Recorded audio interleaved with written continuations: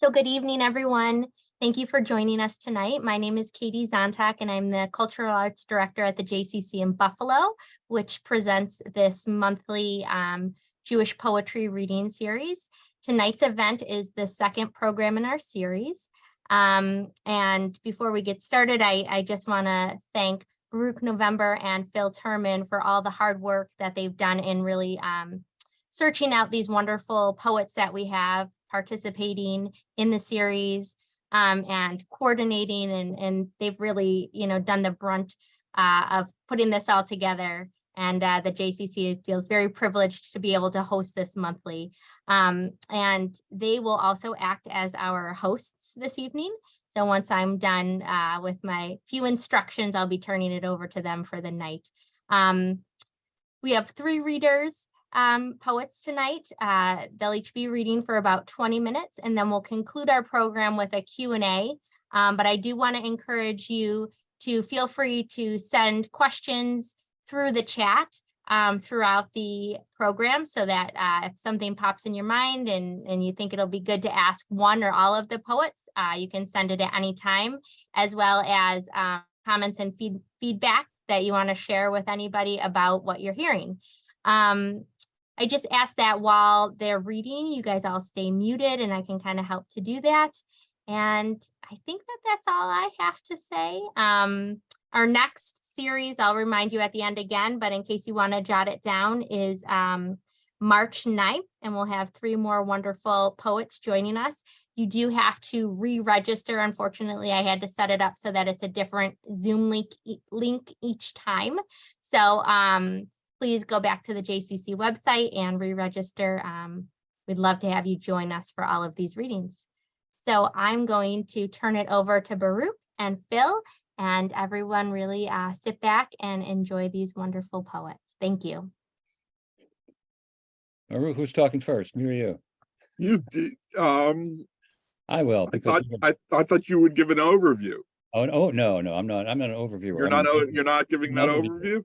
You're done with the overview. Thank you for coming, everybody. Now you know who Baruch and Phil are.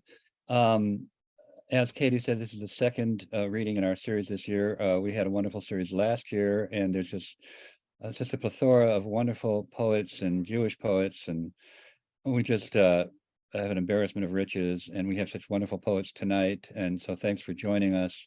And think about if you have any questions for after the 3 poets read. We don't have to have any big, heavy discussions or anything, but if you do have a question for one or all of the poets, that would be wonderful. And you could write it in the chat, right, Katie? Yes, I can send a little chat message, so everybody should see it pop up on their screen as to where you can go in case you're not familiar. Okay, all right. So we're going to have Eve go first, and then Michael, and then Grace, and Baruch will introduce Eve.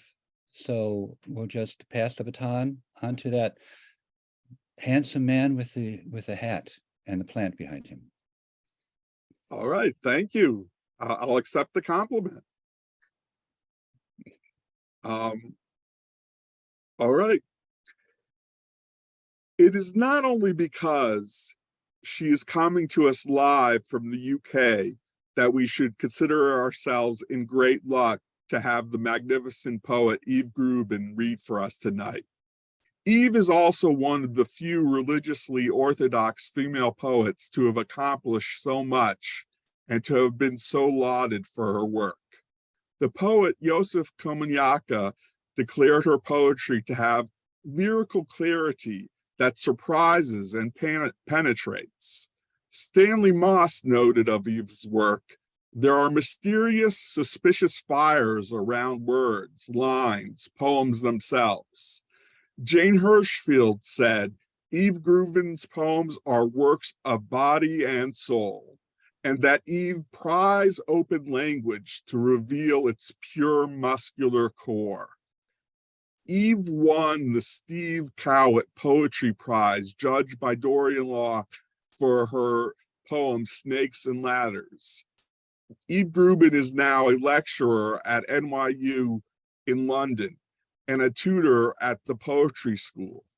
I can further prove to you that she is a great poet. My copy of her first full-length book, Morning Prayer, published by the Sheet Meadow Press, is so worn from so many readings, it looks like it has been through many wars. Without further ado, I give you Eve Grubin. Thank you so much, Baruch, and thank you, Philip, for inviting me to read. Can everyone hear me well? Is this good? Yes, people can hear me? Yes, okay. It's wonderful to see all these people, all these beautiful faces. So thank you for running this wonderful reading series, and thank you to Katie for hosting and organizing it. It's an honor to be reading with Grace Schulman, a senior poet who I've admired for a long time, and to read with Michael Mark and to get to know his beautiful poems. So I'm going to begin with a poem from my first book, Morning Prayer. I'll just read one poem from this book, and then I'll move on to the newer poems. I'm going to start with a poem called How the Rain. And when I wrote this poem, I was thinking about something Emily Dickinson said in a letter. She wrote, "We both believe and disbelieve 100 times an hour, which keeps believing nimble." Here's the poem, How the Rain. When it began to come down hard, we were thankful. We had lived the long, barren breaths without jagged edges. We had spoken the guttural letters, forgetting desire's torn robe. Belief had us blindfolded, dead grass, numb wholeness, complete, as if done. We let the rain fill us, breaking into our soft shoulders, the wrinkles in our psalms, pulsing the new chords we had failed to hear in our own holy texts. We turned our hands over, the rush drenching our knuckles, filling the white spaces in our untouched scrolls. Ink spread and ran into our shoes, into our black coats and hair, slackening the blind's blue bind. Opening our mouths to broken points, bright pinpricks hit our tongues and lips. It kept coming, kept weaving through doubt again, believe. So the next poem is from my chapbook, The House of Our First Loving. They call chapbooks here in the UK pamphlets. I don't know which term I prefer, but I like to say both, chapbook or pamphlet. So this poem is called, is a part of a series of marriage poems, and it's called Unfinished. My husband has trouble finishing things. When he washes the dishes, he leaves at least one pot in the sink and a few pieces of silverware. He says that my writing about this may constitute lashon hara, speaking negatively about others. Not finishing things is zecher lahorben, he adds, a way of remembering the destruction of the temple which stood in Jerusalem nearly 2,000 years ago. Now he's in the other room making the bed, which will look lovely except for an untouched corner, a pillow askew. Surprising for a man who can't bear a slanted piece of paper on my desk. Yesterday, he almost finished an article on Alfred's use of Latin in Old English prose, and he began one of the tasks on his list of things to do. Who needs finality when unfinishing creates a longing for what has not yet happened? So I just have to say, I haven't given that many readings, I realize, on Zoom for some reason. I guess I haven't for some reason.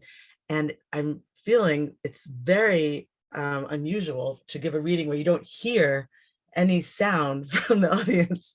I'm used to, hearing maybe a little laugh or a sigh or something. Anyway, it's that you're all there and you have smiling faces, so great.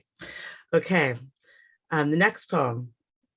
Okay, so this one, was written in response to the famous argument in the Talmud between the rabbis about the halachic status of a specific oven. Now, some of you might know this story, and I'm just going to quickly review it because it'll help ground us in the poem. And it's such a wonderful story. I'm just going to spend a minute or two on it. Even if you know the story, it's always great to hear it again. So there's an oven and it's presented to the rabbis. And they're asked, is it ritually pure or not? Rabbi Eliezer argues that the oven is ritually pure. So the kosher status of this oven has something to do with whether it's seen as being divided into parts or a whole thing. So the other rabbis argue that the oven is impure. So Rabbi Eliezer says pure and everyone else says impure. So Rabbi Eliezer tries to convince them that he's right. He can't convince them. So he's frustrated and he calls out, if I'm correct, then this tree, and he points to a tree, he points to a carob tree, it will move if I'm correct. So the carob tree leaps from the ground and moves. The other rabbis respond and they say, that's not proof. It's not proof. Okay. So then he cries out, if I'm right, this stream, and he points to a stream, will change direction. So the stream begins to flow backwards. But again, the rabbis point out, you can't cite a stream to prove anything.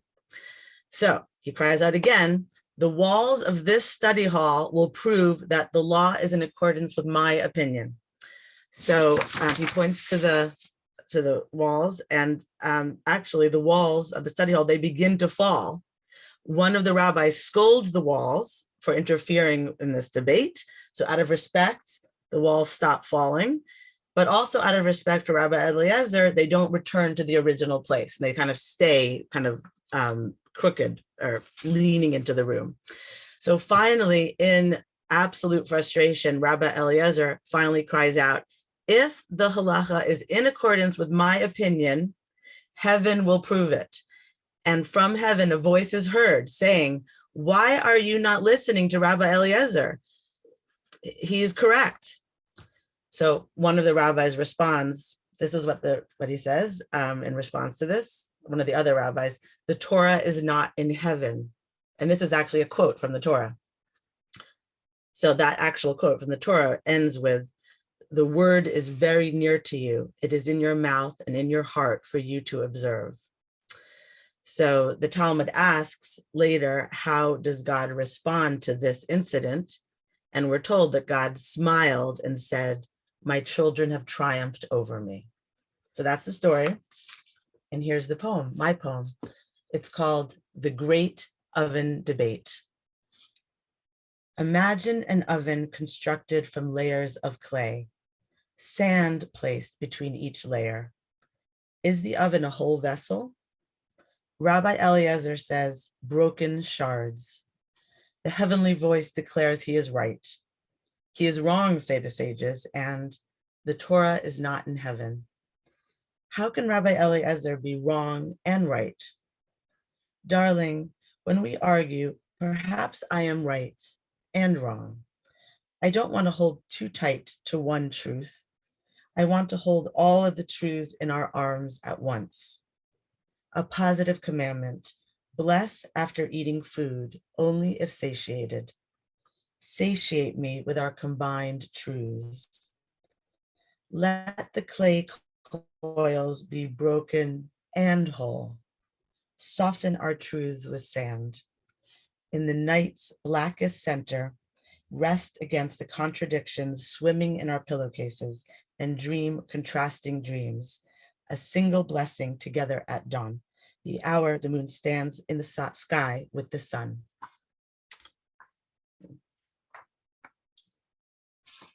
So the next poem is a Sukkot poem, and it's called Snakes and Ladders. Our 5-year-old son and I lean over squares on the playing board, while our older son reads 25 Easy Steps to Becoming Ancient Greek. A virus is breathing over Earth, and you stand on a high stool in the garden, place leaves and branches on top of our sukkah. I move my piece 5 spaces, just missing the head of the snake, its thin tongue blue and forked. Cracks between the wood floorboards contain dust, darkness, and the shelves hold books we love. What will happen to us? Where will we be next year, many years from now? On the table rests the box our son built, containing small labeled secrets he crafted from clay. The rain has returned, pulling the night down like a curtain around our house. I hold the die in my hand, its light weight shifting with uncertainty. The cool, soft corners offer hope. You crouch, then step down carefully onto the mud, your hands wet with blessings. I look at the box, wood and painted gold.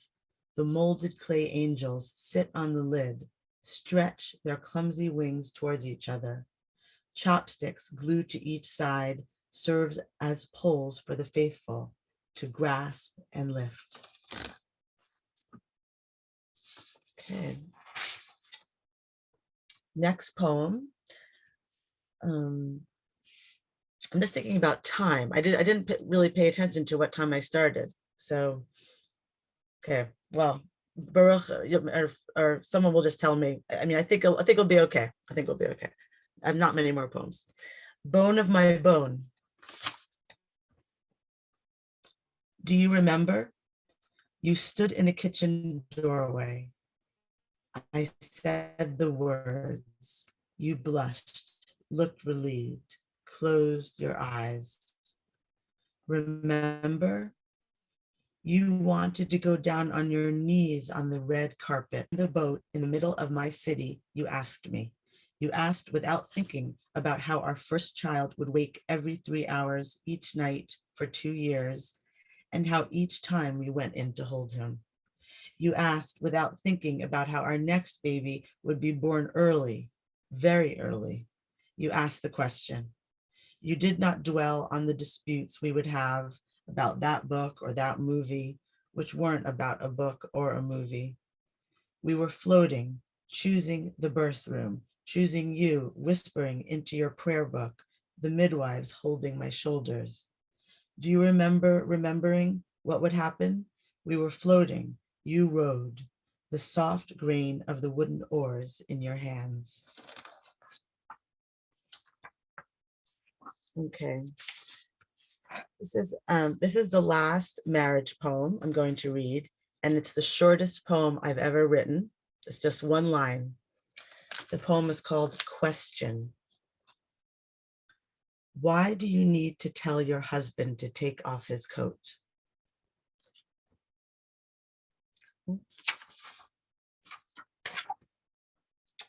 Okay, I have 3 more poems. So this is also a short poem, a very short poem. And I wrote it after hearing the Dutch Rabbi Cardozo speak in London about Spinoza. He was speaking about what led Spinoza to reject his Judaism so vigorously. And he spoke about how Spinoza went on to live a very isolated life. So this 3-line poem, I think it's almost verbatim what Rabbi Cardozo said. Spinoza.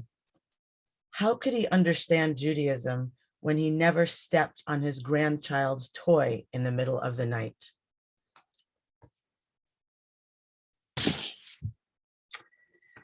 Two more poems. This is called The Laws. The shroud must be handmade. Pockets are forbidden. The material may be cotton or linen. Sentiment does not govern these laws. The women had washed and bathed her body. This is required. They did not talk during the preparations. This is also a law. The watchers sat with her during. They sat and recited the requisite words at dark and at noontime. They continued speaking them, ancient and brief, at sunrise. The manner of respect is governed by religious tradition rather than personal whim. I did not attend gatherings. I said no blessings. These are not choices. I stood at the podium facing the people. I turned to where she lay. asked her to forgive me, as is the custom, I heard a voice crying in the room. Then they lowered her into the earth, and a mound rose above the surface of the ground. I tore my shirt. Someone helped by pulling a razor through the material just above my heart. I walked between two rows of people. They offered traditional words of comfort. The laws provide a place. I washed my hands, said blessings, ate bread and eggs without salt. I wore the wounded shirt. How do I say this? I could barely breathe for the streaming inside me. I sat on a low chair, this too because of the laws. Okay, my last poem. So this poem is called The Garden of Earthly Delights, and it's inspired by the Bosch painting of the same name. And some of the language in it is responding or a variation on the Emily Dickinson poem, which begins, I am afraid to own a body. I am afraid to own a soul. Here's the poem. The Garden of Earthly Delights. My body has a lake in it, pink fountains and globes and horses drinking. My soul has a lake in it, pink fountains and blue glass and horses drinking. Am I afraid to own a body? Cracked egg, night city, ears holding a knife. Am I afraid to own a soul? Far birds in the open. What is more frightening? Crowds of naked bodies in daylight or silence inside a womb of isolation? What if the divine were made visible? Wet music, wild decency. What would the world be? Thank you so much. Thank you.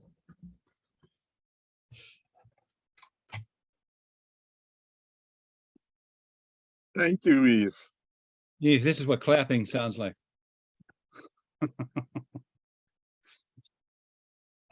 Thank you so much, Eve. That was so wonderful. What was the name of that last marriage poem you read? Where are you? I don't know where. Oh, there. You could You're unmic. muted. You're muted, Eve. You're muted.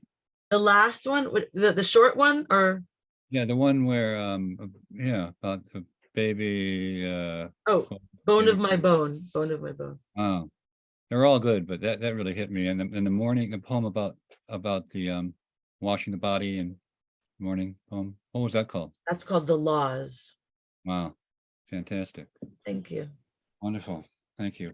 It is weird to do a Zoom because you don't hear the crowd as you It really said. is. But you know, I don't mind doing this. You know, the reactions. You know. I have a reaction actually. Yeah, do reactions. I do have a reaction. Who Who's does? speaking? I do. Where are you? Who are you? I am Ina. My name is Ina. I-N-N-A. Hi, How are you doing? I'm good. Speaking Yeah. of- Well, I'm a guest here. okay. The bee invited me. Yeah, Ina, we'll have reactions after all three poets go. So save for then, okay? I'm so sorry. Oh my God, of course. Oh Oh my no, I was God. just talking You know about what? He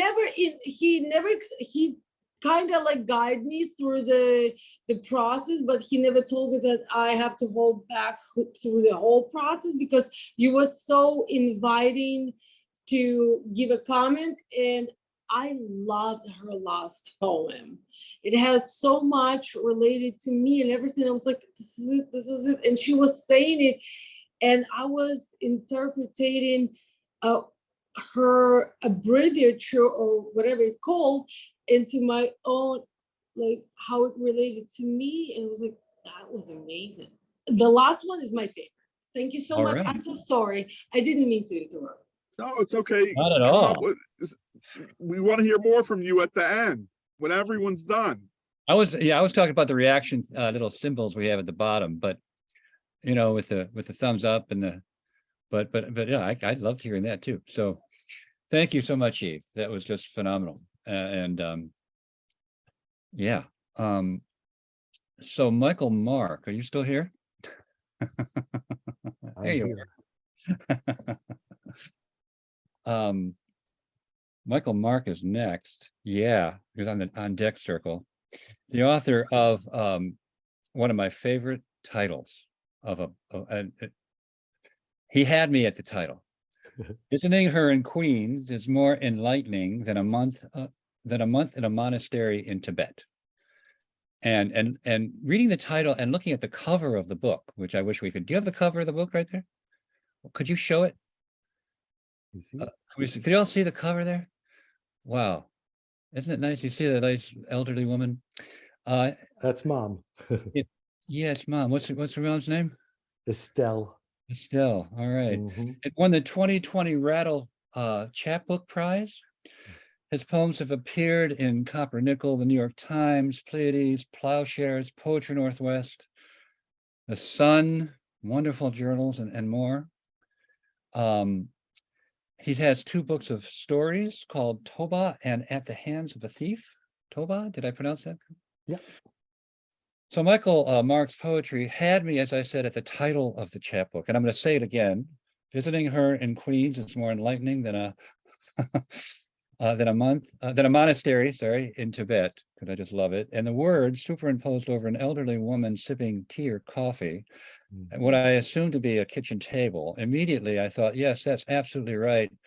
And I was with my own mother, Allah Shalom, in her last years when she was alone in her house and then alone in the nursing home. So I really connected just to the cover. And isn't that what enlightenment is? I thought, being with those you love rather than repeating Om in a distant monastery. Well, probably both are important depending on who you are Mm. at whatever time in your life. But I just love the concept of that title. But viscerally, I really side with that title. And in fact, I immediately thought of inviting him to read right after I saw the title and the picture. But of course, I had to read more some of his poems and how the poems were framed and animated by the characters, often his parents, portrayed them with such precise detail, their gestures, their talk. One of the poems begins, he used the Amazonian jiu-jitsu death grip to choke out the pharmacist. What else do you need? Mark's parents are so real, I know them and I can recognize them anywhere. It's no surprise that he's written 2 books of stories based on his grandmother's stories, who lives on in those stories and poems, with Michael's ability to capture his characters' characteristic wistful humor. And apparently his grandmother told him after she read the stories about her, when she read them, she said, I hadn't listened to a thing she said. Yeah. I love that. So it should be no surprise that after reading his poems, you read in his bio that he volunteers at hospice. Michael Mark volunteers at hospice. And then him and his wife's favorite people in their lives happen to be their 2 children, which actually corresponds with my wife and myself. So we also are favorite people in the world. So all signs point to Michael Mark being not only a necessary poet, but a necessary mensch. Please welcome Michael Mark. Oh, that was beautiful. We should just stop there because I'm not going to be able to live up to it. But Should we just go on to Grace then? Yes, please. Yes, please. Thank you very much, Philip. And thank you, Baruch, for having me and Katie. I really appreciate it. It's such a joy and honor to read with Eve and Grace, and just beautiful work. So happy to be here. On April 27th, 2019, a man with an automatic weapon killed and wounded people praying at the Chabad on the last day of Passover, which fell on a Shabbos. The shul is 15 minutes from where I live. Jews in the wrong place in San Diego. So I get up from the metal benches, walk the concrete path around the ball field, to watch updates on my phone and a small man coming.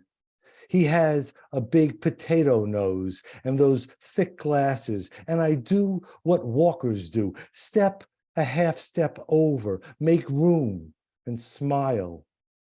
He touches his heart with his palm, holds it over his pale polo shirt, above his wide belly. My legs keep their pace so he doesn't see the tears he made me make. He makes the bullets, the people real, makes me a mourner, a witness, maybe a human, and us a them. The temple is only 15 miles away on this beautiful Saturday, Shabbos. Beautiful girls and boys playing t-ball. He touches his heart, makes the bullets real, the faces, screams. I know he is a Jew. His size, his shape, the thin gold chain around his neck, thick Jew's neck. If that's wrong of me, then I'm wrong. I can't see it's not a cross or a star or a dead wife's ring hanging from a chain like my father wears. He is a Jew who knows I am a Jew.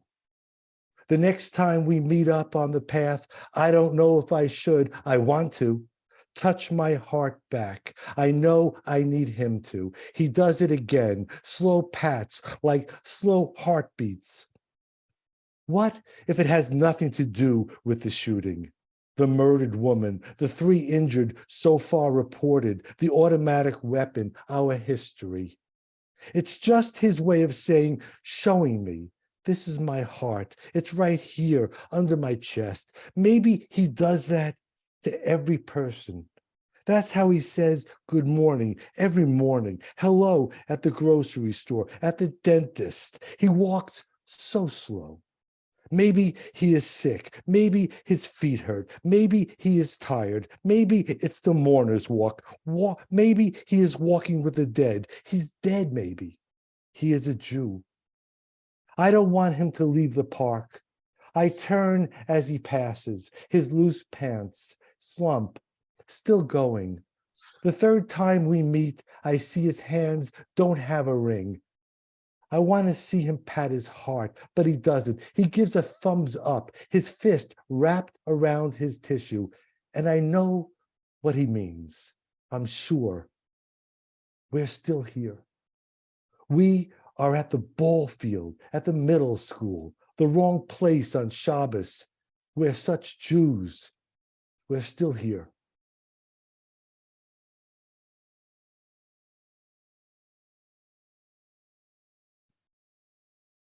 So this is the title poem of the chapbook.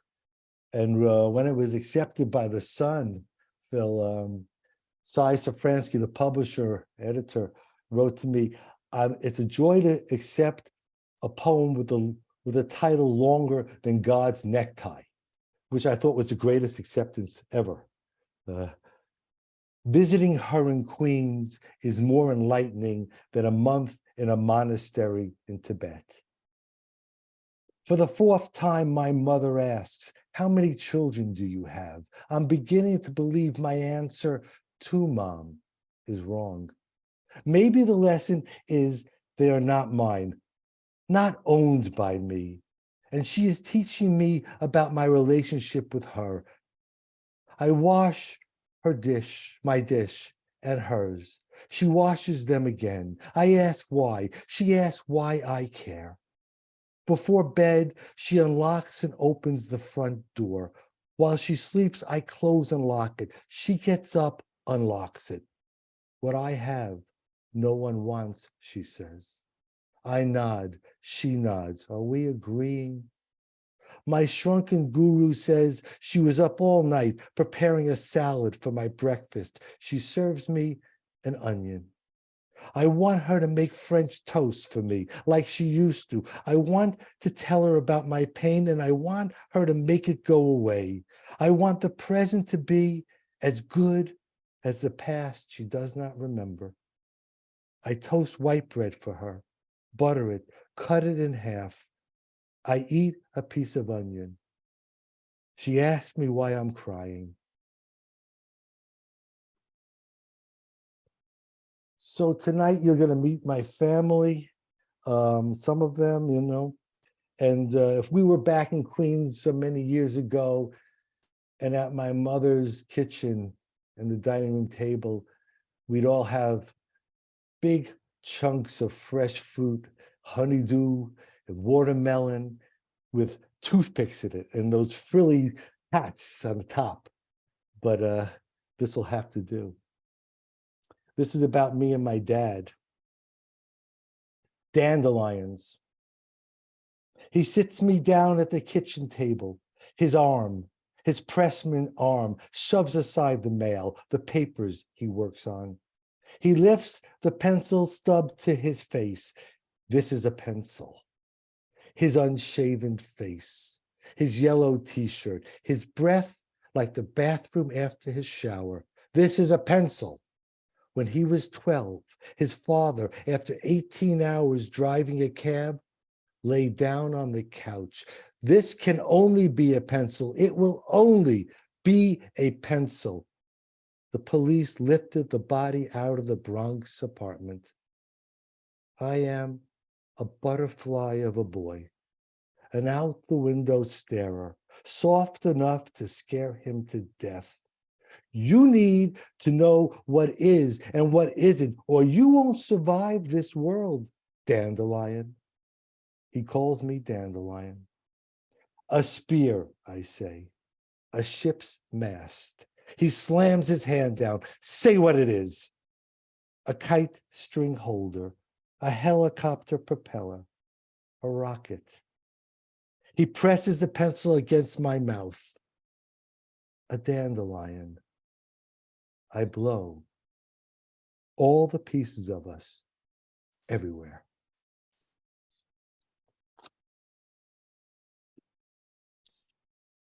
Back to my mom and me. This is about acclamation, but the question is whose? Nothing's as hard as we make it. Get out from under my feet, I tell her, like she told me countless times. Go have fun with the other dead moms. She's not acclimating. The ladies look nice, clean, I say. Go. She leans her weight deeper. I give her a nudge, a zetz, as she call it. Not so hard that she feels I'm disappointed.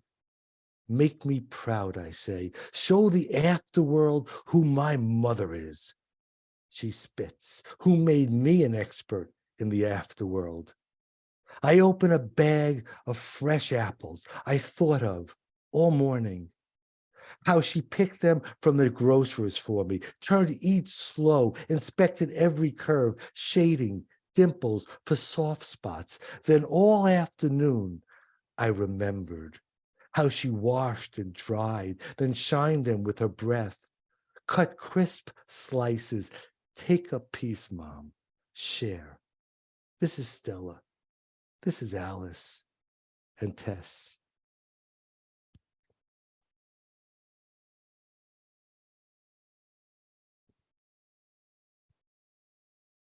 What my father heard the rabbi say at my mother's funeral.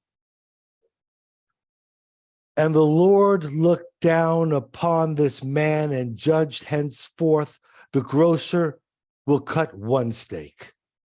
For he shall be known all his numbered days as Bob and not hubby, as she bestowed on him for 64 years, 10 months, and 28 days, and not Booby, nor Sir Lancelot, as she purred on blessed evenings, nor El Puzzo, when she cursed him in public. So it was commanded, cleave this them to a hymn. And let not Benny Goodman, nor Sinatra Classic, nor corned beef sandwich from Ben's, nor hot streak at the table comfort this man as he had been comforted.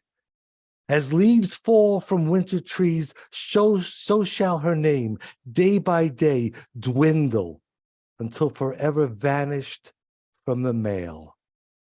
And lo, the sacred Social Security check shall be severely diminished, and he shall suffer immeasurable woe. When darkness descends, Bob shall wander the endless desert of his badly lit 600 square foot apartment without staff, fiery cloud, shaggy slippers, or crumpled tissues to follow all his sleepless nights. And when dawn finally rises from the vast void, let not the Denny's waitress ever again divide a solitary grand slam and maketh two. All those hollowed summer weeks in the Catskills, bridge and rummy, cubed fruit, dancing shoeless in the bungalow, shall be cast upon his memory as an everlasting plague. And all the world shall pass him by, the way cars and trucks speed these days, even in the slow lane, leaving only garbage in the wind on the Long Island Expressway. So it was said, and so it shall be done. Then he sighed in his 40th retelling in the 2 a.m. kitchen. The rabbi stopped talking, stepped down from his pulpit, and we put her in the ground. And I don't care what he or God or you thinks. I'm never taking her name off that mailbox.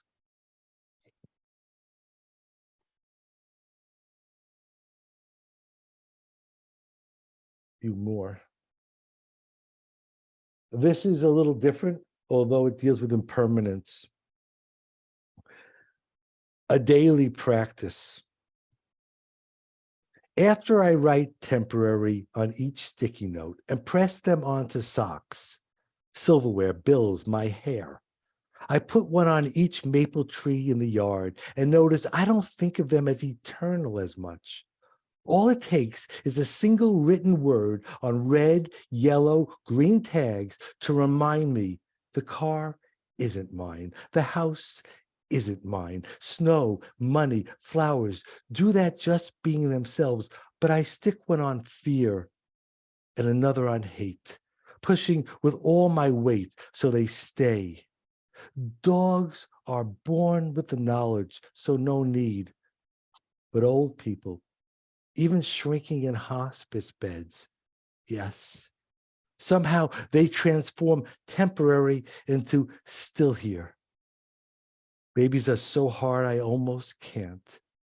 When the pad is empty, I wait for the glue to lose its grip and fight the urge to blow or peel them off. Sometimes a wind comes and I stumble around, trying to catch them.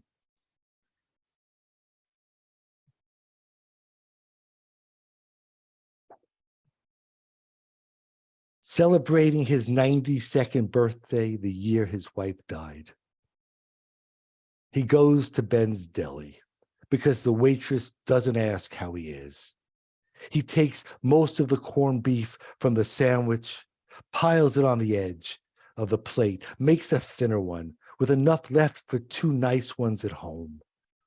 The waitress packs his leftovers, extra slices of rye and half sour pickles in wax paper and 2 mustards in squat cups. She never removes the other setting. She lets him sit as long as he wants.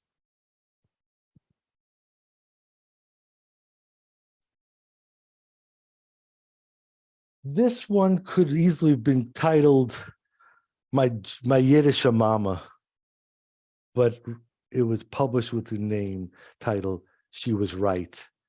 But I think maybe all mamas are like this. She was right.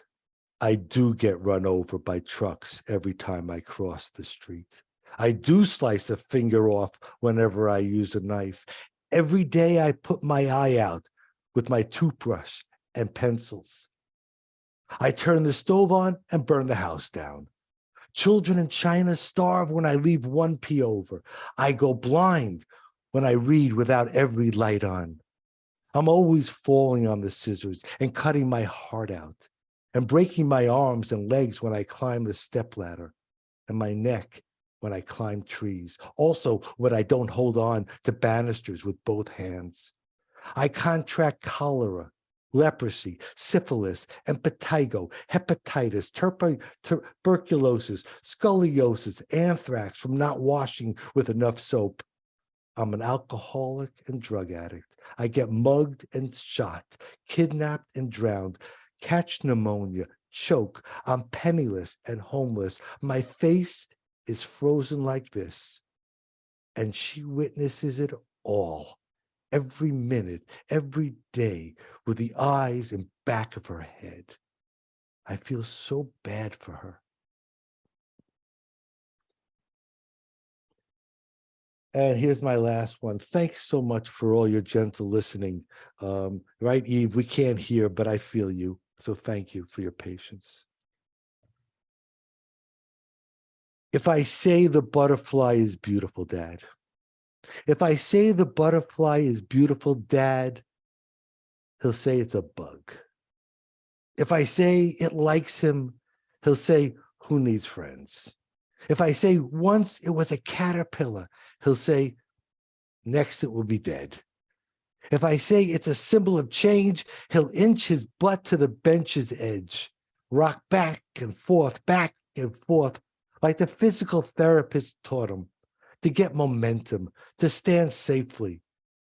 Then, after 3 settling breaths, he'll turn and start shuffling towards the car. If he's feeling steady enough, if the breeze isn't too hard, he might spread wide those bony elbows, look back at me, and flap them. Thank you.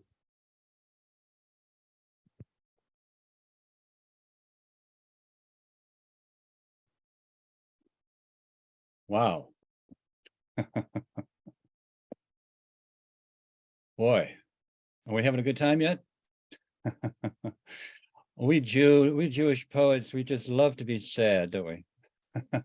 And guilty. Oh, just sad and mournful. We just love it. Guilty. More. Make me sadder. Please. Wonderful. Thank you so much, Michael.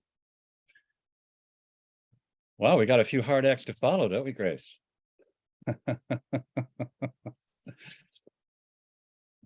Poet and editor Grace Schulman has published 9 collections of poetry, including her most recent, Again the Dawn, New and Selected Poems. Looks like this, 1976 to 2022. A memoir, 2 works of translations, and served as the editor of the poems of Marianne Moore and the author of Marianne Moore, The Poetry of Engagement.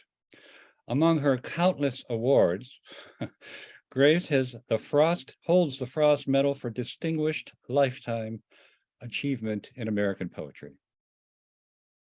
Let me say that again. It just rolls off the tongue, doesn't it? Medal for Distinguished Lifetime Achievement in American Poetry. American Academy of Arts in American Poetry, and from the Poetry Society of America, and as a member of the American Academy of Arts and Sciences. Astoundingly, from 1973 to 1985, she directed the Poetry Center at the 92nd Street Y.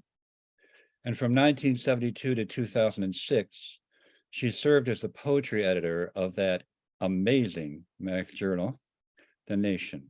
Wow. And as a distinguished, I'd say more than distinguished, professor at Baruch College. Wallace Shawn said, when I read Grace Schulman, she makes me want to be 400 years old because she makes me feel that there's so much out there and it's unbearable to miss any of it. I think that's a great description of her incredible, expansive poetry. In her memoir about her marriage, Strange Paradise, Portrait of a Marriage, where Grace describes the moment playing guitar in Washington Square Park, she looked into her future husband's hazel eyes, to the poem about the journey she took to the paintings on the cave of Chauvet, I'm probably not pronouncing correctly, about which she describes the roughly 300,000-year-old painter's task is to get it right, And I quote from that poem to get it right. The horses leap, the fawn's terror, the lion's charge, knowing that in a life of change, the animals would stay, they would stay. And they have. So could be said for Grace's poems. As her freshly published Again the Dawn, I'll say it again, new and selected poems, 1976, count the years, to 2022. I'm not a mathematician, but that's 46, and now it's 2023, so let's make it 47. 47 incredible years of Grace's imagination, intelligence, vast curiosity has been shaping poems that craft and interweave personal, archaeological, historical, spiritual, and so much more with diamond precision. Harold Bloom wrote of her collection, The Paintings of Our Lives. Many of her poems are so exquisite in their sensibility, so intricate in their texture, that they are likely to endure as long as we have discerning readers. Yes, to rephrase Grace's line, in a life of change, her poems would stay, and they have. For both her exquisite poetry and her truly significant contribution to the art and the perpetuation of poetry, we're so fortunate and thankful to Grace for her exquisite poems. Please welcome Grace Schulman. Gosh.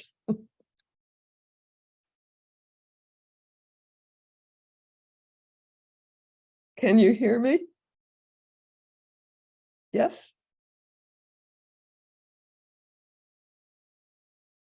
I said, gosh.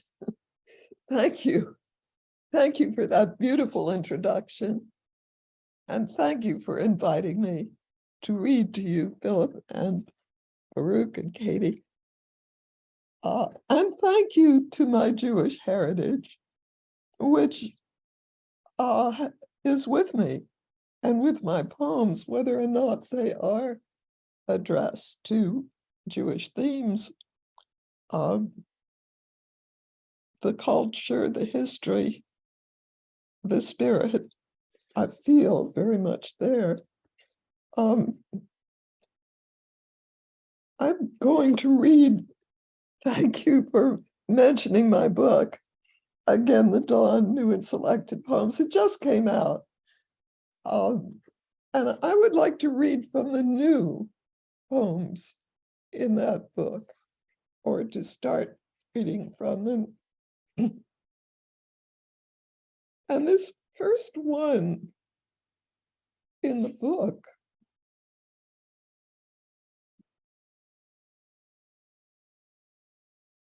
is about two poets having a very loving correspondence, both of them Holocaust survivors. Nelly Sachs and Paul Celan. They did not meet but once or twice, but they corresponded and felt each other's spirit and poems very deeply. What struck me is that in all the darkness of their history, their images are a brilliant light, both of them. And that stands out. One of the lines from a letter that Paul Celan wrote to Nelly Sachs is, "All gladness, dear Nelly, all light." And that from a man who just survived the Holocaust, I think is quite a statement. Letter from Paul Celan. Paris to Stockholm. My dear Nelly, after that which happened, the no longer your father's hand gripped through barbed wire, then let's slip away. Your lines still glow, cool as white roses in rain. Fellow survivor, brother, remember the sudden flash when we two first met, dazzling the lake. You, a disbeliever, looked for cause. I knew it was divine and prayed for that gold to come back as a sign that we may breathe again in smokeless air. The fires you saw burn on, even in freedom, not to have been there magnifies the flame.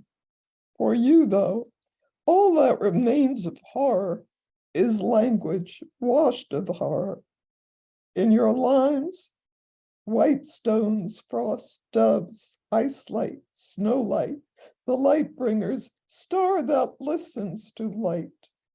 And in your letter, the lesson is indelible. After great loss, language is survival.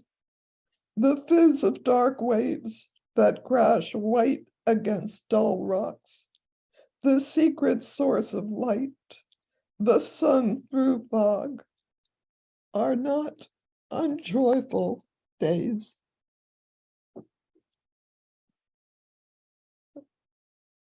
This next poem is also from the new section. And I was reading Lorca and very interested in his theories of duende, which is the artist's inescapable, desperate urge to create in the face of mortality. A spirit within. But Lorca wrote that duende has dark sounds, night sounds, black sounds. And this poem is called Night Visitor.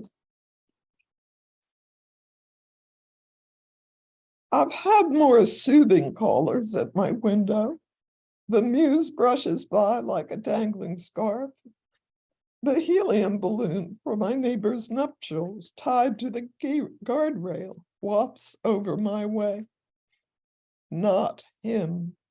The window demon comes at night and jabs at a guitar. The jangling discords and moonless tones call up the ferocious joy you know only after the burn of sorrow.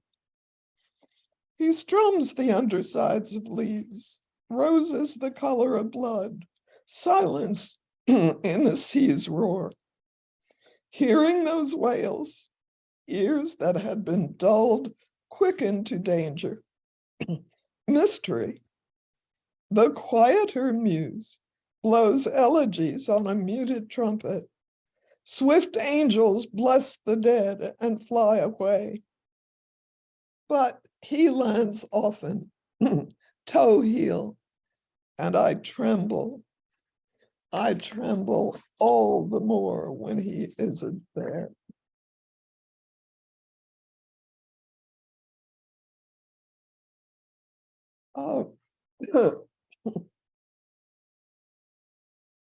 This next poem is called Because. Because in a wounded universe, the tufts of grass still glisten. The first daffodil shoots up through ice melt, and a red-tailed hawk perches on a cathedral spire. And because children toss a fire-red ball in the yard, where a schoolhouse facade was scarred by vandals, and joggers still circle a dry reservoir, because a rainbow flaunts its painted ribbons and slips them somewhere underneath the earth, because in a smoky bar, the trombone blares louder than street sirens, because those who can no longer speak of pain are singing. And when on this wide meadow in the park, a full moon still outshines the city lights, and on returning home below the North Star, I see new bricks and glass where the towers fell. And I remember my love's calloused hand soften in my hand, while crab apple blossoms showered our laps, and a yellow rose opened with its satellites of orange buds. because I cannot lose the injured world without losing the world. I'll have to praise it.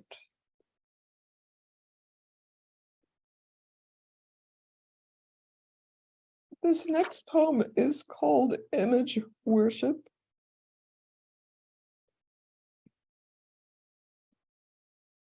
Faces on the lid of the Knabe Grand caught my eye when I tried the happy farmer, dreaming of plows far from my rutted sidewalks. Digging, not earth but notes, and neither happy nor a farmer, I hit wrong keys, taunted by the metronome.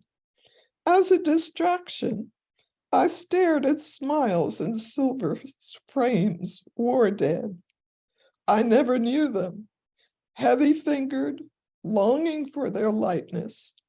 I saw an uncle waving, somebody's hellraiser climbing an oak, an aunt, a doctor, silk scarf blown in wind.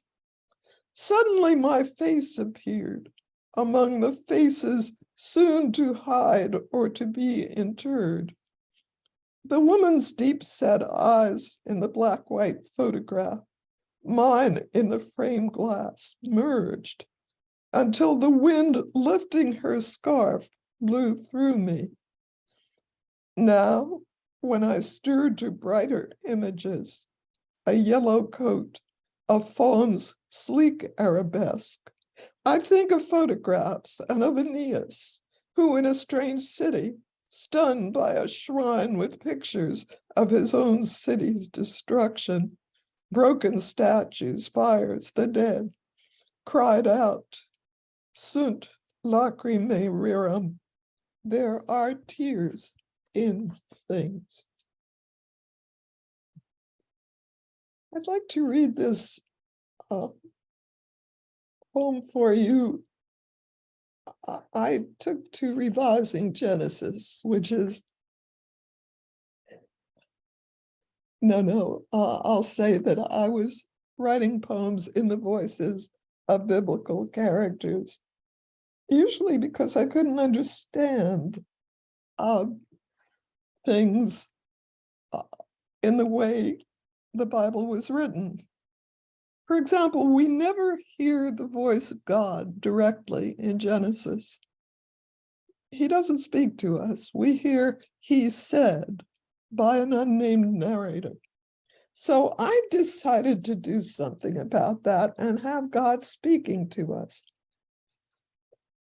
And this poem is called God Speaks. Before the hour, I cried, let there be light. I tossed out some 300 early versions. Revisions help. What clatter in the firmament, though, when mountains fell, stars fizzled out. This work is my best, at least for now.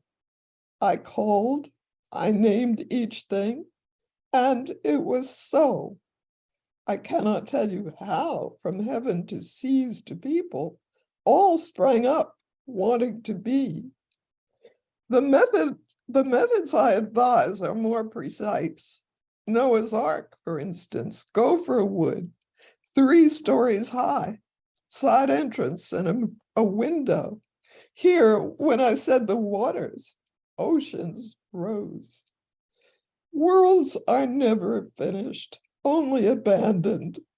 Yet this one came alive when there were woods for creeping things, dry land for men and women. The evening and the morning, they were good. Creation had been done before, of course, in legend. Same formless waste and darkness, but with one change. The Babylonians have many gods. Always, I work alone.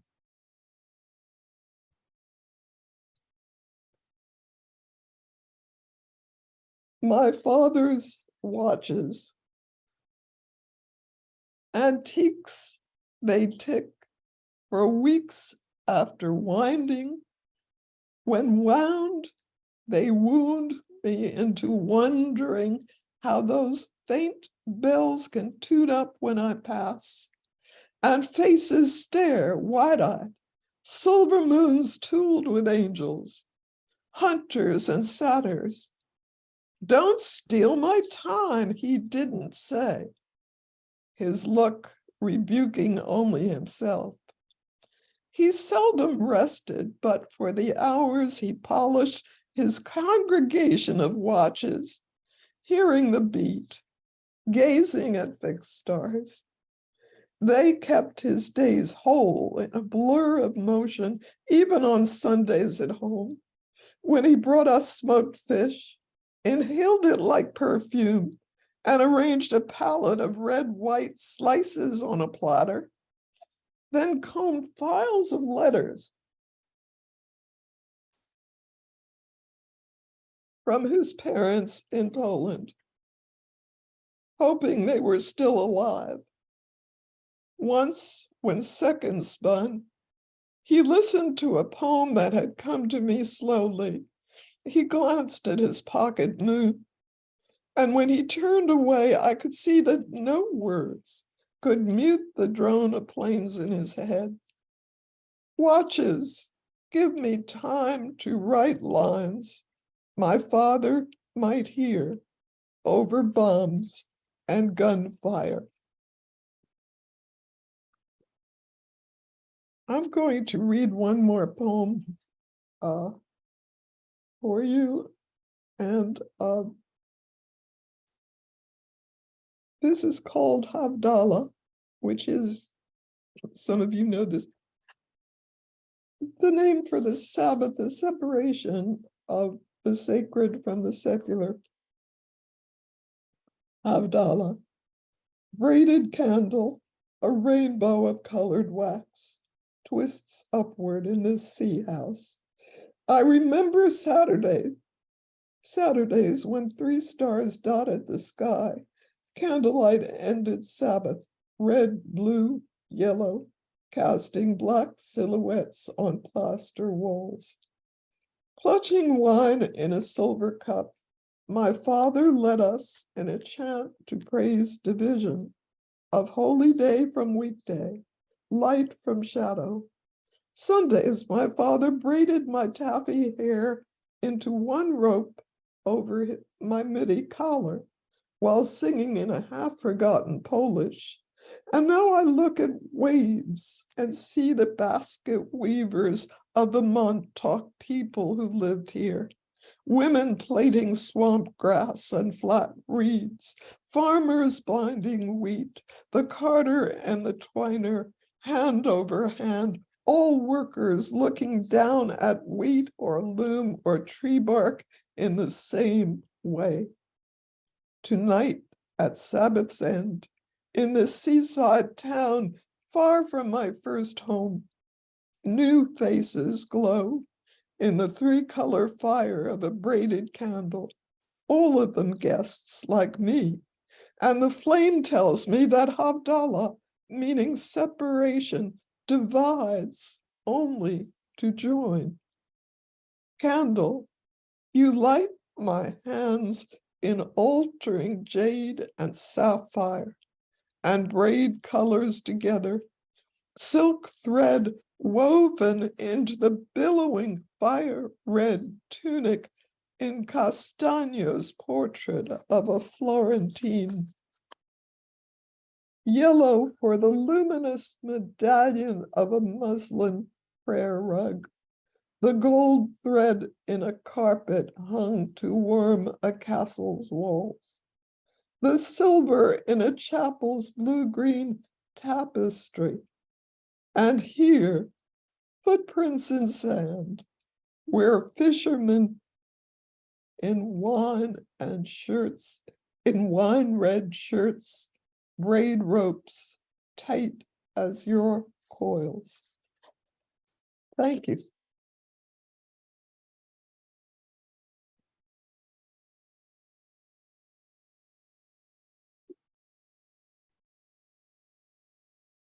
I think Thank it was you. beautiful. And I think it was so emotional, and I loved it. I listened.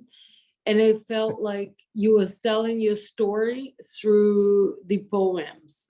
I felt like certain lines was giving you like certain feeling that you was holding it on your face, like, you know, you was holding it from crying or something, or I don't know, it was magical emotion and I loved it. Thank you very much. Thank you for your comment. Thank you. And I loved the book cover. I assume it was you. It was so beautiful. I loved it a lot.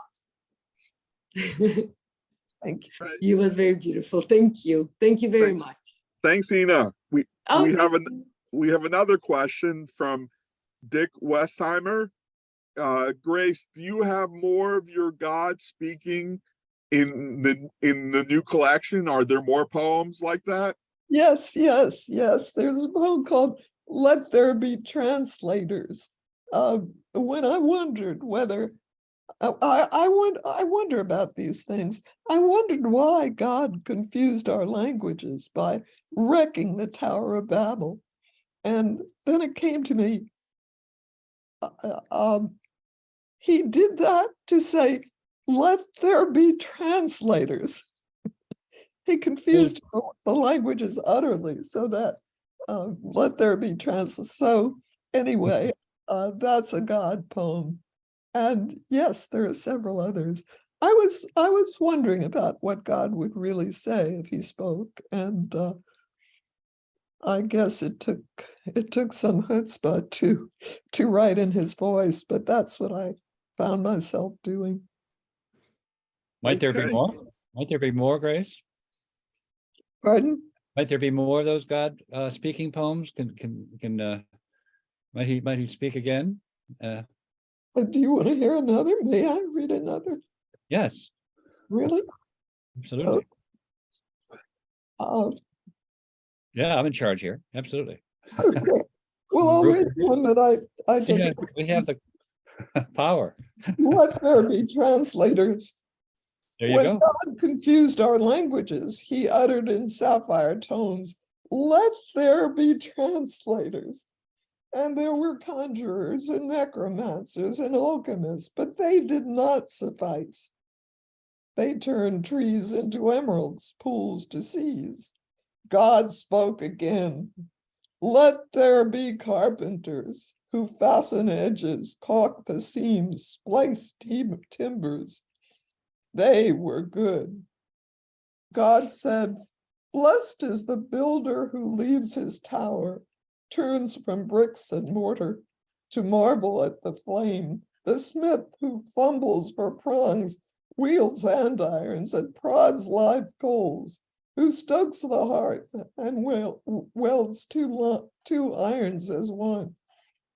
Praised was the man who wrote his name in other handwriting, who spoke in other tones, who, knowing elms, imagined ceiba trees and cypresses as though they were his own, finding new music in each limitation. Holy the one who lost his speech to others, subdued his pen, resigned his failing sight to change through fire's change until he saw earth's own fire, the radiant rock of words. Wonderful. After a while, I wrote in Eve's voice too, because I wondered a lot about Eve's.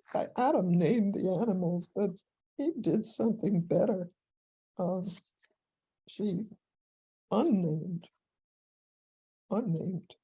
things so that she could describe in imagery what a thing was. I'm going to give somebody else a chance. Sybil Sanchez actually would like to know whether, and this is for all the poets, so she'd like to hear from all the poets, whether you write upon inspiration or you set a time during the day to write, or do a combination of both, because she's interested in learning about your process and seeing how things might differ between you. Eve, since we're just talking about Eve, why doesn't Eve go first? Yes. So I just have to say, preface this by saying it's 1:15 in the morning in London where I am. So I'm a little bit hazy.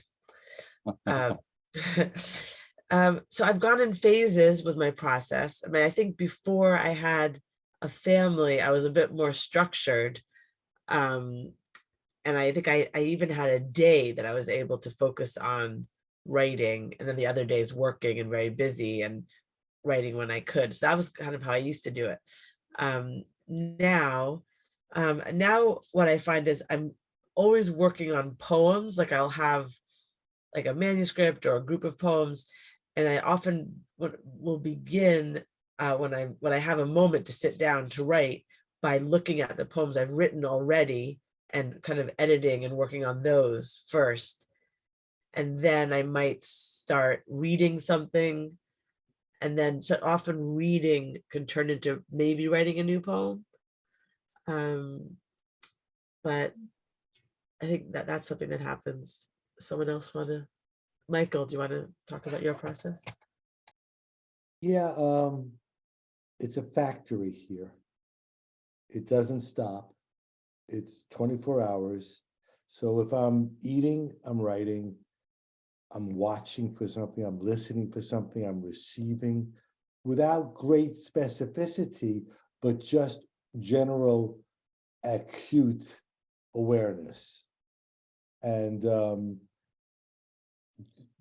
because I'm so fascinated with the ordinary and seeing the extraordinary in it and feeling it, so it's always there. So if I'm walking, which I do a lot of walking, because it frees me up, the body's doing something, and I'll jot something down, and I'll talk something into my phone, or I'll speak a lot into it, and then I'll carve it, and I'll find the form of it, I hope, or I'll put it on the page, so I'm always, it's a factory, and it goes through a process, especially rewriting.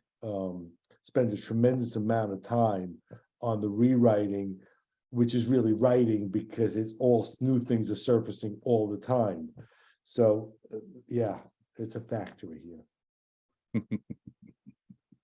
I do very much what Eve does when I'm busy teaching or editing or running the Y or something like that. I keep a journal and sometimes scraps of paper. People think I'm listening to them at a faculty meeting or something. I'm really writing on a scrap of paper. And then I plunder my journal, or I plunder those scraps whenever I have an hour or two, usually in the morning, before anybody is awake and everything is quiet.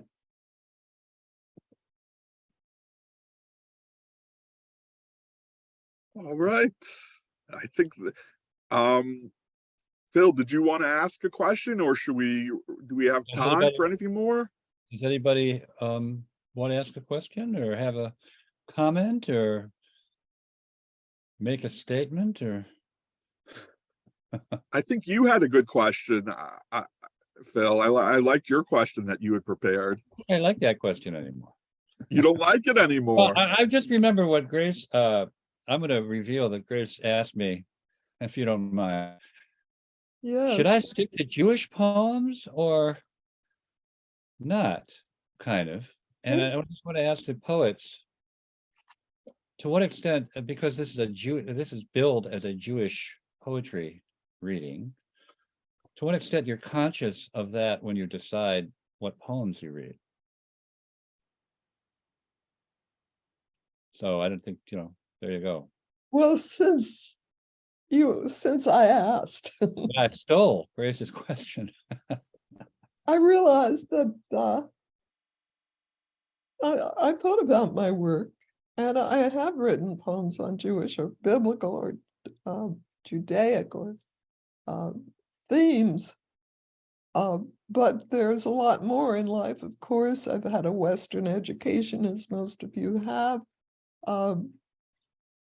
and yet the culture the heritage, the spirit of Judaism is always there. When I'm writing about Black jazz, when I'm writing about Miles, I feel the Jewish davening in his playing. I see Thelonious Monk as davening when he plays the piano, or not even subject, but the spirit, the sense of things is very much there. I agree.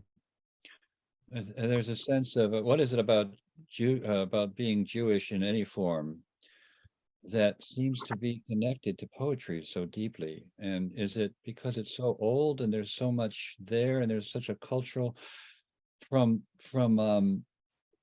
Kol Nidre to a pastrami sandwich, there's so many references. Mira Rokeyser said that being Jewish was a gift. Yes. And I do think that's true, because there's already so many images and metaphors. It's boundless. Yes. What a lucky world to be in for a poet. It's almost, if you're not writing poetry, what are you doing if you're Jewish? I mean, it almost begs you to write poetry. Michael, what do you think? Is that, and you have the three of you write, you're all Jewish, but you write such different poems, and that's what I love about it. There's such a variety, such an expansive thing, but what connects you is this one thing, but then you're so far apart, as writing poems from biblical characters, perspectives, and then Michael, you have poems about your parents, and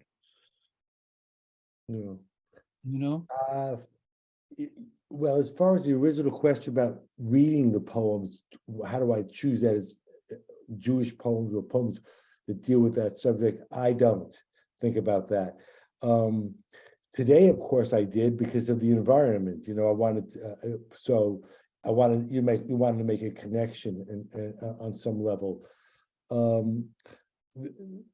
I think of the idea of struggle a lot with my poetry, with authority. Jacob wrestling with the angel, me and my father wrestling. Our fathers are gods, our icons. My mythology comes very much from my family. The archetypes I challenge or are challenged sometimes, and in that I see as the wrestling.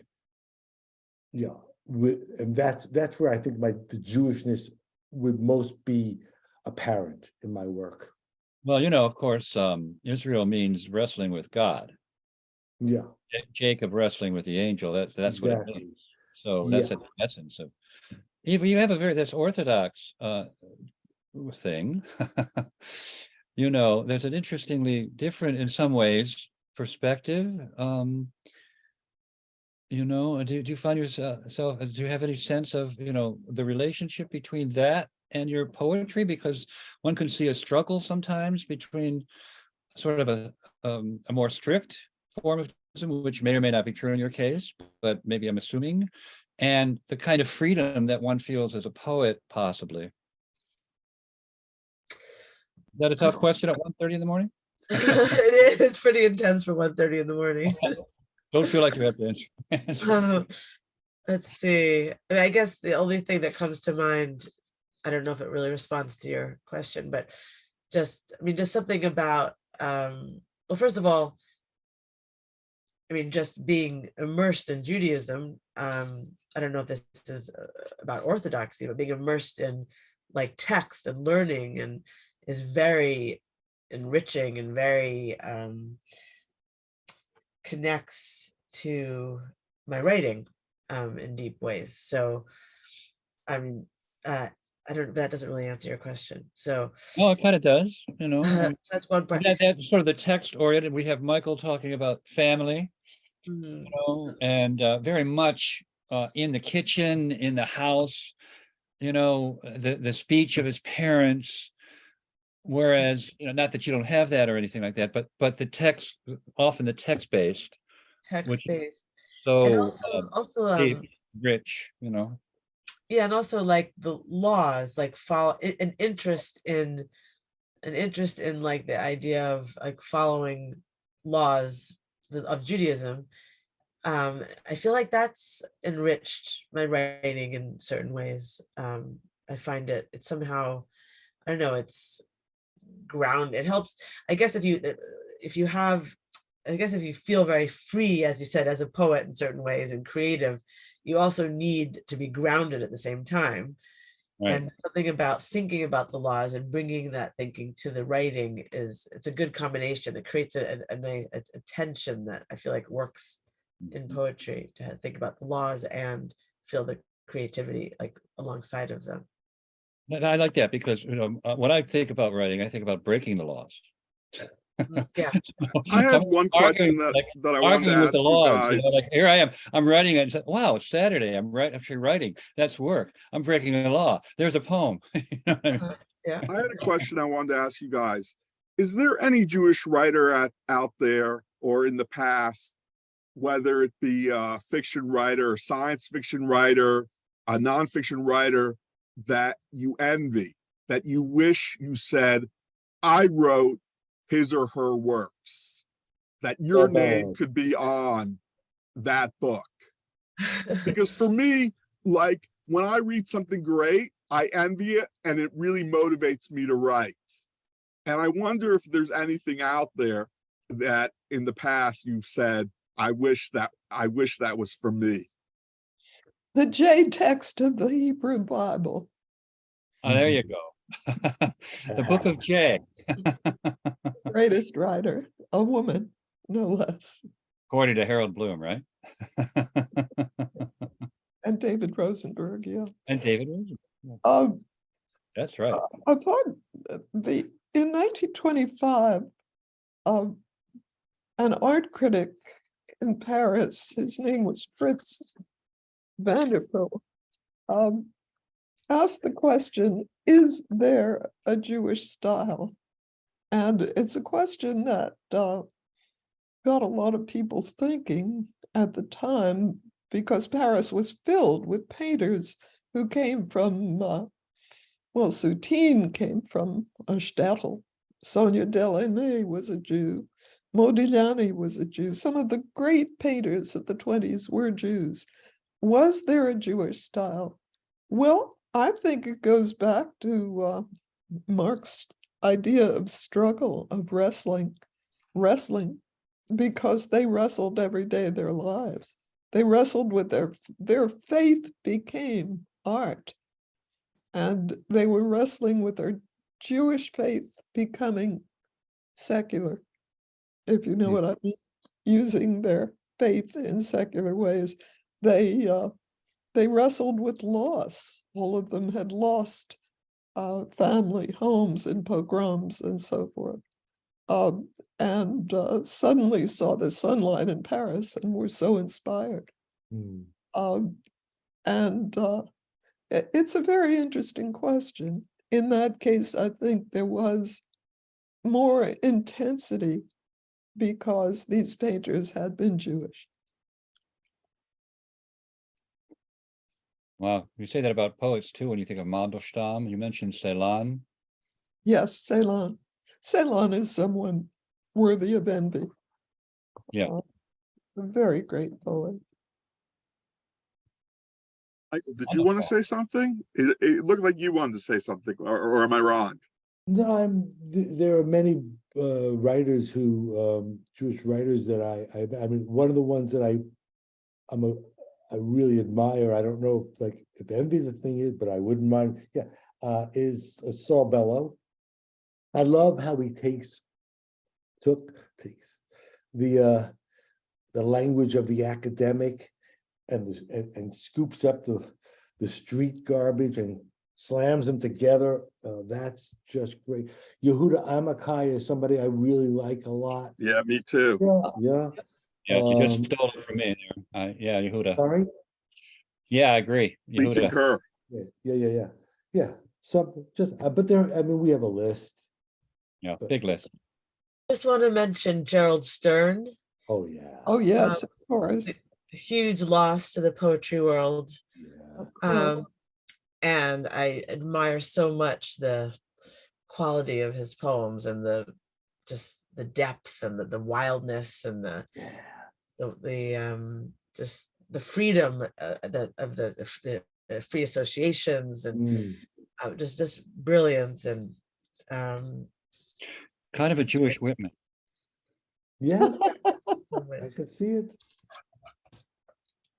Can say that a little bit about Ginsburg too, but I'm Sure. concerned he was a papa. And I know he's not, or he wasn't, but I'll tell you, I always think he is when I read him, Charlie Simic. Yes, yes. I mean, He really? may rest in peace, Charles Simic. Yes. Philip Levine. Sure. Levine, yeah. So many. Maybe we should have a Zoom reading with all those wonderful poets. Or yes, I mean, I love that idea. I was actually, it's so interesting you said that, and I don't know why I didn't, and I wish I had now. Read a poem, you know, Yeah. of one of these that we're mentioning. Bring them back in. Let's not lose them. No. Okay, that'll happen, right, Baruch? Undoubtedly. Sounds like it has to happen. Does anybody else want to respond to any of these questions? Like your favorite what poets, or you want to? Who would you want to bring back in our? What do we call it? Ghost poets. Ghost Zoom reading. The Ghost Zoom Jewish poet reading. Grace Paley, perhaps. Yes. Wow. Okay, we're gonna make Stanley a list. Kunitz. That's a good one. Stanley Kunitz. Stanley Kunitz. Feel free to talk, anybody. You know what? Maybe I don't have reflection on any poets because you know what? I'm here by just a beautiful luck and fortune. I'm invited by my friend. But do you know what? I am so in love with everything and I'm listening and I'm sure I don't understand a lot. And there is a big project that I think of and I want to start writing. And I feel like I have several subjects that I'm so good at. And then I'm thinking, how can I make sure that this is the subject? How can I make sure that, because I feel like I can write about this or I can write about that. Oh my God, I'm so pro at this. But then when I come to this something very specific, I'm not sure. How do you know what you write about? How do you know that this is my subject? Well, that's a question for the three poets. Yeah, exactly. I want to know because you're going to be helping me right now. You're coaching me right now. All right, there you go. Take a minute, each poet. And then I think we have to let them go because we really overworked the poets tonight. Yeah. Okay. Nobody wants to have a quick answer? None of the poets? I have struggled with the fact that, you know, I have many poems, but I do have a preponderance of lately, of course, with my mom passing and witnessing what I witnessed and the hospice work with dealing with age and death. And I feel like, oh, not another. And then when I want to go another way, it's as if somebody takes my hand, this force, and writes the poem that it wants to write. So I asked one of my mentors, Alan Shapiro, I said, what do I do about that? He goes, you don't get that choice. You could choose the words. You could choose the form, but you do not choose your subject. I'm sorry. And Alan Shapiro is one of our future poets in our series. He's terrific. Any of the other poets want to chime in on that response, or that you don't have to? Don't feel like you do. Okay. I'd like to say a word. I'm Doc Janning. I'm the poet laureate of the city of South Euclid, Ohio. And the way I look at it is that I do not choose the subjects, they choose me. And then whatever they tell me to write is what I write. And I want to say that I grew up in South Ohio. So there you have it. And Charlene Fix, did you not also grow up? Wow, that's I feel like we're like little kids that have stayed out really too late, and Katie's gonna punish us. so is it. Phil, So that's what I feel like. Okay, I So think I that's don't teach anyone, but I did have to relocate. I'm now picking up my son at martial arts. So Oh, here my I am God. in my car, enjoying this all as we travel. But no, this was really wonderful. I didn't want to interrupt. I didn't want to cut anybody off. This was great. Thank you to our readers tonight. I think Phil, said it wonderful that it was like you all just, it had such different styles, and it's always beautiful to hear the words coming out of the poets' mouths, right? It's very different than just reading the text on the page. So I appreciate you guys for reading tonight and sharing your beautiful poetry. And then I think this at the end too was just something special, just, having the conversations and being able to engage and just, comment. And so I'm glad we had this opportunity, and looking forward to doing it again next month. So just before we wrap up, I just want to share the date again is March 9th, and we have Charles Fishman, Paul Hatzbosky, and Dina November reading. So reminder, you do have to re-register, but I hope that you'll all join us again, and I will send out to everybody who was on and registered for this an email just sharing the poets' websites again. And then I did record tonight's readings, so I'll share that as well if anyone wants to revisit them. So thank you guys so much. Have a wonderful evening, and hopefully I'll see you next month. Thanks Good so much. night, everyone. I just Thank want to you, remind you that Katie. next week on Thursday, Carl Dennis and Philip Schultz are reading on Zoom. If any, I sent the link, but if anybody wants the link, doesn't get it, just email me and I'll send it to you. I think it's going to be a great reading. Thank you so much, wonderful poets, you wonderful poets too, and thanks for coming, everybody else, and joining us. And it's just a wonderful time. Thank you, all of you. Thanks for being awesome. Thank you. Thank you, Katie. Everyone. And JCC, we appreciate you. Bye-bye. Bye. Mark, we'll be in touch. Yeah, absolutely. Good night, everyone. Thank you, Sleep Eve. well. It was wonderful. You Good night. please sleep. Yeah, I'm gonna go sleep now. Hello. Okay, shalom. We'll be in touch. Thank you so much. Thank you. Shalom. Shalom Bye. aleichem. Take care.